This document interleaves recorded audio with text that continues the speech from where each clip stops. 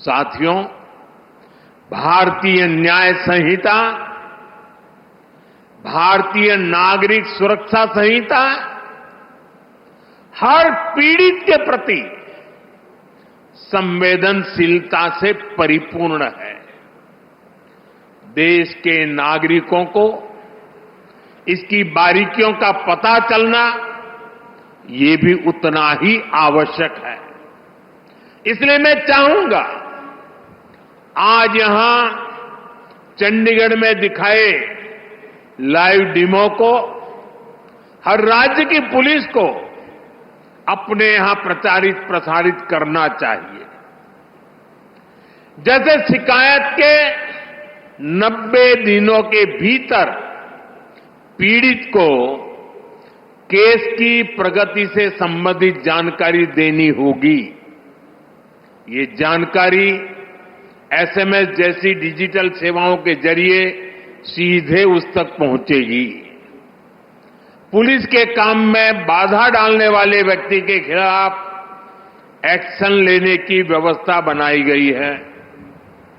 महिलाओं की सुरक्षा के लिए न्याय संहिता में एक अलग चैप्टर रखा गया है। वर्क प्लेस पर महिलाओं के अधिकार और सुरक्षा, घर और समाज में उनके और बच्चों के अधिकार, भारतीय न्याय संहिता ये सुनिश्चित करती है कि कानून पीड़िता के साथ खड़ा हो। इसमें एक और अहम प्रावधान किया गया है। अब महिलाओं के खिलाफ बलात्कार जैसे घृणित अपराधों में पहली हियरिंग से 60 दिन के भीतर चार्ज फ्रेम करने ही होंगे।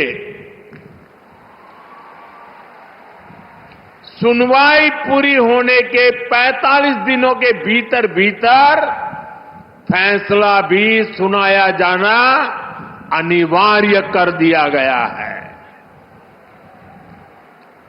ये भी तय किया गया है कि किसी केस में 2 बार से अधिक स्थगन एडजमेंट नहीं लिया जा सकेगा। साथियों, भारतीय न्याय संहिता का मूल मंत्र है सिटीजन फर्स्ट। ये कानून नागरिक अधिकारों के प्रोटेक्टर बन रहे हैं, ईज ऑफ जस्टिस का आधार बन रहे हैं। पहले एफआईआर करवाना भी कितना मुश्किल होता था, लेकिन अब जीरो एफआईआर को भी कानूनी रूप दे दिया गया है। अब उसे कहीं से भी केस दर्ज कराने की सहूलियत मिली है। एफआईआर की कॉपी पीड़ित को दी जाए, उसे ये अधिकार दिया गया है। अब आरोपी के ऊपर कोई केस अगर हटाना भी है तो तभी हटेगा जब पीड़ित की सहमति होगी। अब पुलिस किसी भी व्यक्ति को अपनी मर्जी से हिरासत में नहीं ले सकेगी।